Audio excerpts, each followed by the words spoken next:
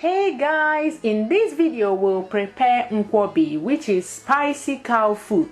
I'll list all the ingredients in the description. Here are some details about some of the ingredients. This is cow foot.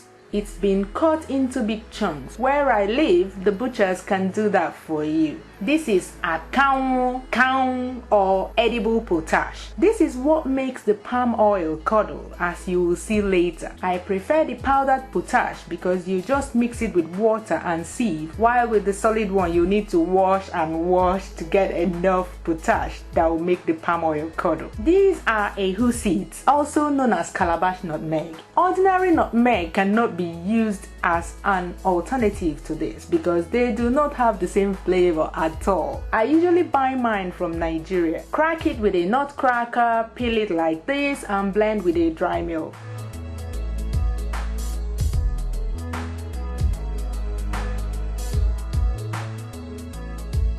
Now let's make the Nkwobi. We cook the chunks of cow food with these big chunks of onion. Add the stock cubes.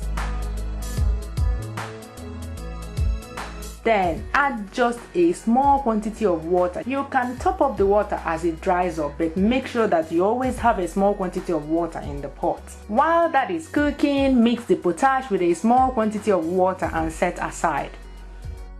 Pour the palm oil into a clean, dry pot. Add the potash, sieving it in the process. You can do this when you mixed it. I just didn't want to get another bowl dirty. Stir and you'll see the oil curdle and turn yellow. Add more potash if necessary, but not too much. Add crayfish, pepper, ground ahu, and mix everything well.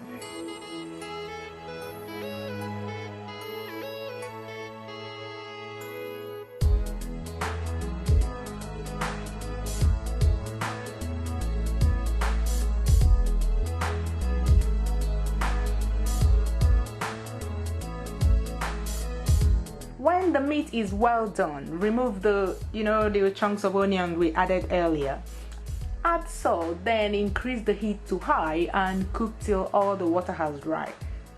This is why it is important that you add only a small amount of water at a time when cooking it. Add the beef to the palm oil paste and stir very well.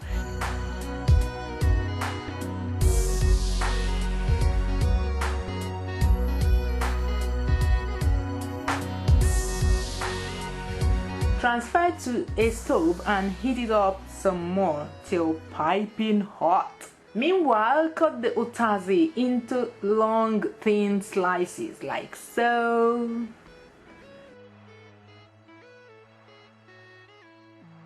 Cut the second onion into rings. Dish the Nkwobi and garnish with the onion rings and the sliced Utazi. If you can't find Utazi, just use bold spinach leaves for the full effect. Actually, that's what I used here. Please don't tell the elders in my village. Enjoy!